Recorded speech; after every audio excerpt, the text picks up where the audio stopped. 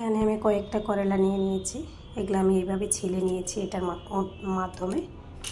এই ছিলকাগুলো আমি রেখে দেব। আমি সব কটা ছিলে নিয়েছি, এবার চিড়ে নিতে হবে। আমি এইভাবে চিড়ে নিয়েছি। যদি মোটা বিচি হয়, শক্ত বিচি, তাহলে আমি এগুলো বের করে ফেলে দেব। তো এটা নরম বিচি, তাই রেখে দিলাম। সবগুলো এইভাবে চিড়ে নেব।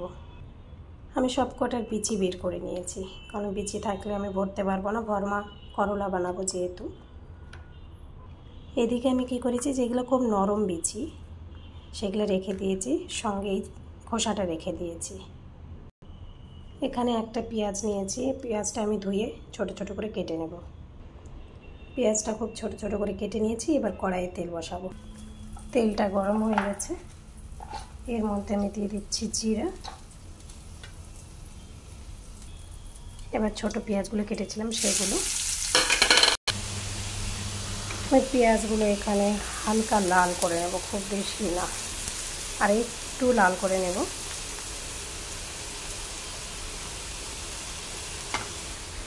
এবার আমরা যে করলার ছিলকাগুলো আর খুব ছোট ছোট বিচিগুলো রেখেছিলাম সেগুলো ঢেলে দেবো।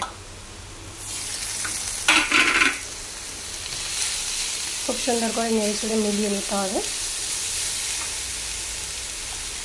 এর মধ্যে দিয়ে দিচ্ছি পরিমাণ মতো লবণ। এবার এর মধ্যে অ্যাড করব লঙ্কা গুঁড়ো, গরম মশলা গুঁড়ো, হলুদ গুঁড়ো, জিরে পাউডার। জিরে আগে দিয়েছিলাম তাই একটু কম দিচ্ছি। ধনিয়া পাউডার। এবার হচ্ছে করলা খুব তিতা হয়, করুয়া হয়, ওই জন্য এর মধ্যে অ্যাড করব আমচুর পাউডার, আমের গুঁড়ো। এটা শুকনো আমের পাউডার, এটা অ্যাড করে দেব। এটা কিন্তু দিতেই হবে। এটা আমি আধা চামচের মতো দিয়ে দিলাম। ভালো করে মিলিয়ে নিতে হবে। আমি 1 মিনিটের মতো ঢাকা দিয়ে ভেজে নিয়েছি। এবার এটা ঠান্ডা করে নেব। আমার মশলাটা দেখতে ঠিক এরকম হয়েছে। এবার আমি করলাগুলোর মধ্যে ভরে নেব। মশলাগুলো করলাগুলো মাঝখানে আমার ভরতে হবে। এইভাবে চেপে চেপে পুরোটা জায়গায় আমরা ভরে নেব।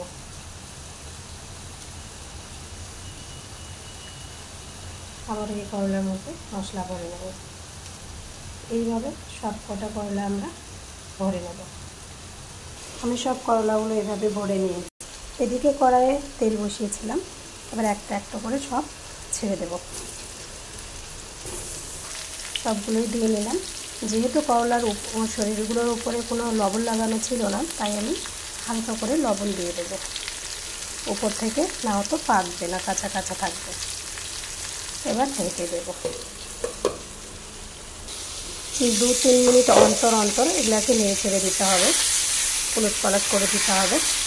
আমি নাড়িয়ে ছাড়িয়ে দিচ্ছি।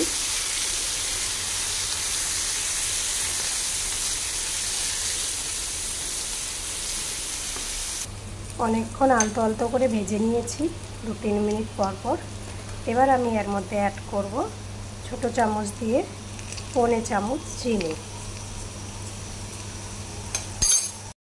আমার করলা কিন্তু হয়ে গেছে। এই যে আমার করলা, ভরমা করলা রেডি।